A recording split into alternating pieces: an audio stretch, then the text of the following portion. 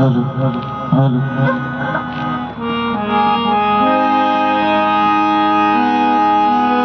जिसको नहीं हो बोध तो गुरु का ज्ञान क्या करे,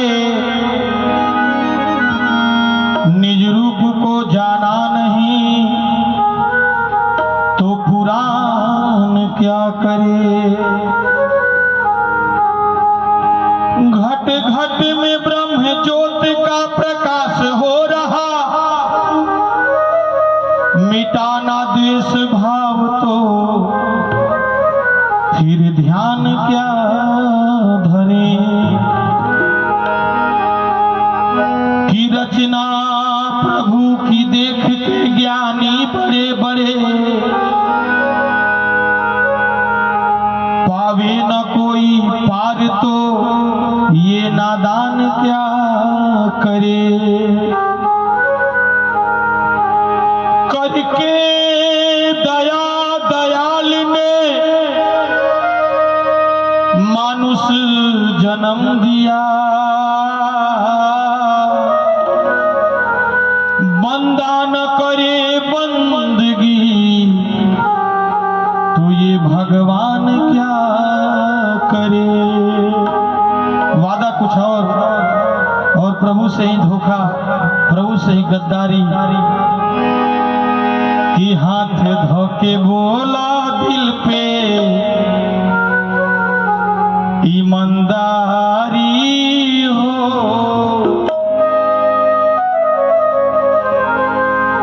हाथ धोके बोला दिल पे ईमानदारी हो।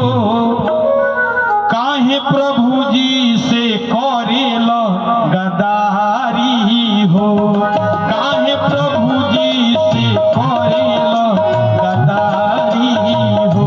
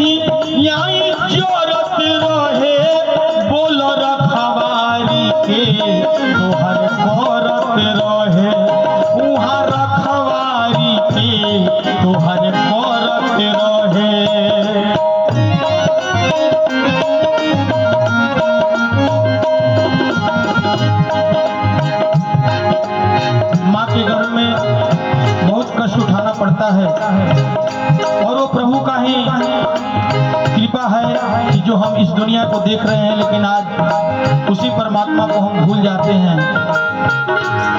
जब गर्भवा में तेही आई चरत रहे, बोल रखवारी के उहाँ करत रहे, तोहरे रखवारी के उहाँ करत रहे। कुख में 9 माह रखली महतारी हो, कुख में 9 माह रखली महतारी हो। काहे प्रभु जी से करेला गदारी हो, काहे गुरु जी से करेला गदारी हो।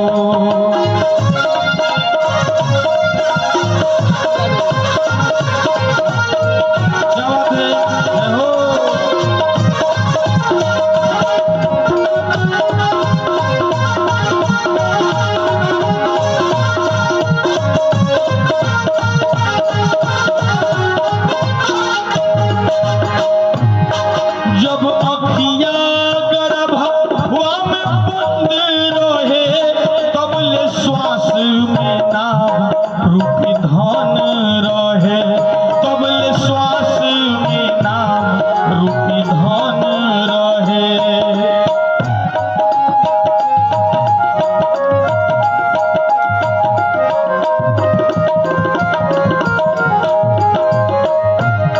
जब अखिया गर्भवा में बंद रहे, तब ले श्वास में नाम रूपी धन रहे, तब ले श्वास में नाम रूपी धन रहे। हीरा छोड़ के बनल कोयला के व्यापारी हो, हीरा छोड़ के बनल कोयला के व्यापारी हो। काहे प्रभु जी से करेला गदारी हो, काहे प्रभु जी से करेला गदारी हो। जय हो।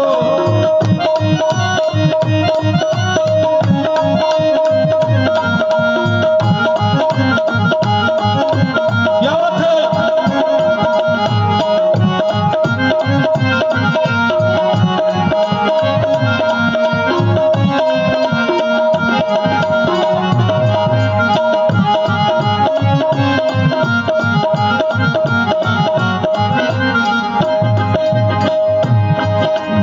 वेद पूरा नेक मानो तू, घट में नाम के महिमा के जानो तू, घट में नाम के महिमा के जानो तू।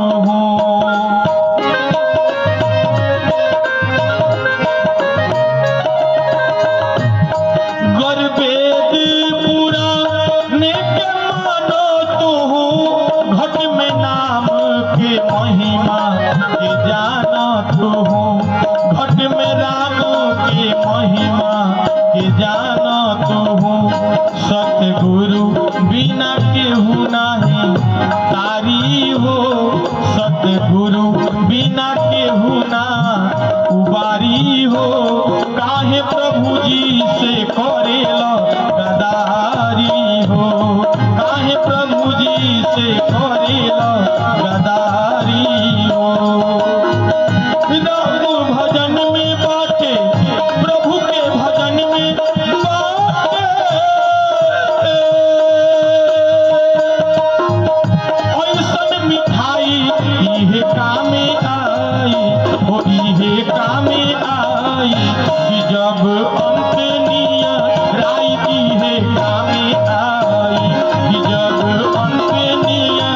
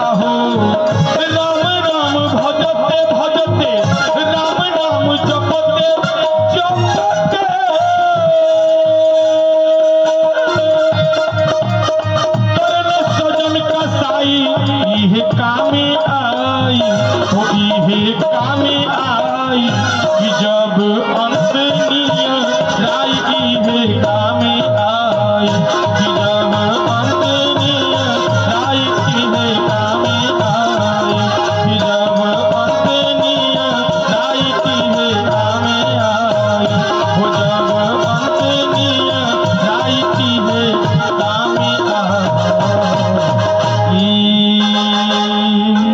बोलिए श्री सद्गुरु जी महाराज की, साचे दरबार की जय श्री राम।